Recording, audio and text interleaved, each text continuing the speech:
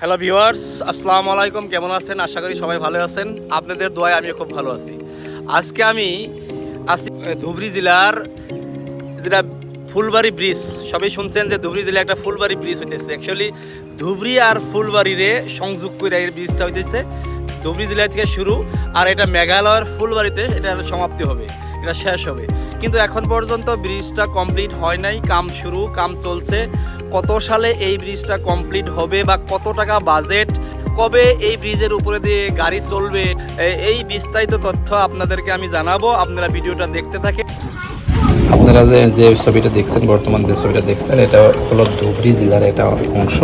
যেহেতু ব্রিজটা ধুবড়ী ডিস্ট্রিক্ট থেকে শুরু হয়ে মেঘালয় রাজ্যের ফুলবাড়িতে শেষ হবে, তাই এই যে অংশটা দেখছেন, এই অংশটা কিন্তু ধুবড়ী জেলার অংশ।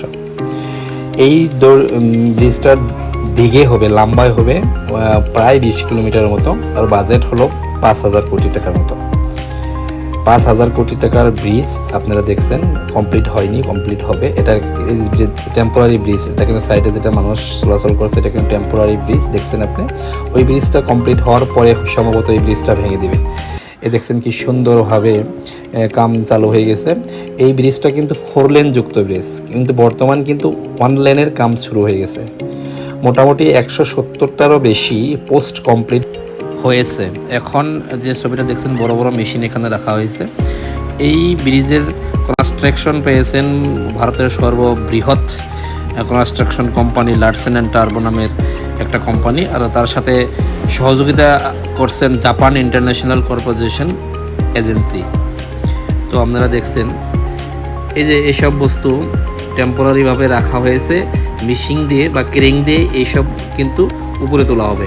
কি আচরিত বস্তু আপনারা দেখছেন, এত বড় বড় পার্ট, একটা দলঙের পার্টগুলো ক্রেন দিয়ে উপরে তোলা হয়, একটা সাইডে বানানো হয়, পরে এটা ক্রেন দিয়ে উপরে তোলা হয়। এই ব্রিজটা হয়ে গেলে আপনি মোটামুটি ধুবড়ী জেলায় থেকে ফুলবাড়িতে গেলে 30-35 মিনিটের মধ্যে আপনি পৌঁছে যাবেন। কিন্তু এখন যদি আপনি যেতে চান গোলপাড়া হয়ে প্রায় 230 কিলোমিটার যেতে হবে। ব্রিজটা কমপ্লিট হওয়ার পরে 230 কিলোমিটার রাস্তা আপনি মাত্র 30 থেকে 35 মিনিট খরচ করে কমপ্লিট করতে পারবেন। এটা যেটা পোস্টার দেখছেন, এই পোস্টে কিন্তু 6-7 মাস আগে একটা নৌকা ধাক্কা খেয়ে একজন মানুষের মৃত্যু হয়েছিল। দেখছেন ইঞ্জিনিয়াররা কি সুন্দরভাবে কাম করছে।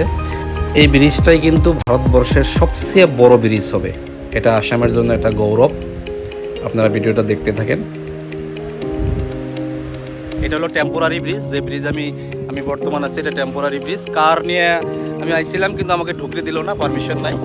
যাই যতটুকু পারি আমি তথ্যটা আপনাদেরকে দিলাম। যদি ভালো লাগে শেয়ার করবেন, কমেন্ট করবেন। ভবিষ্যতে আমি আবার আসবো, কমপ্লিট হওয়ার পরে যদি আল্লাহ বেঁচে রাখে আমি আবার আসবো। এখন আমি ভিডিওটা শেষ করছি। যদি ভিডিওটা ভালো লাগে লাইক করে কমেন্ট করবেন, শেয়ার করবেন।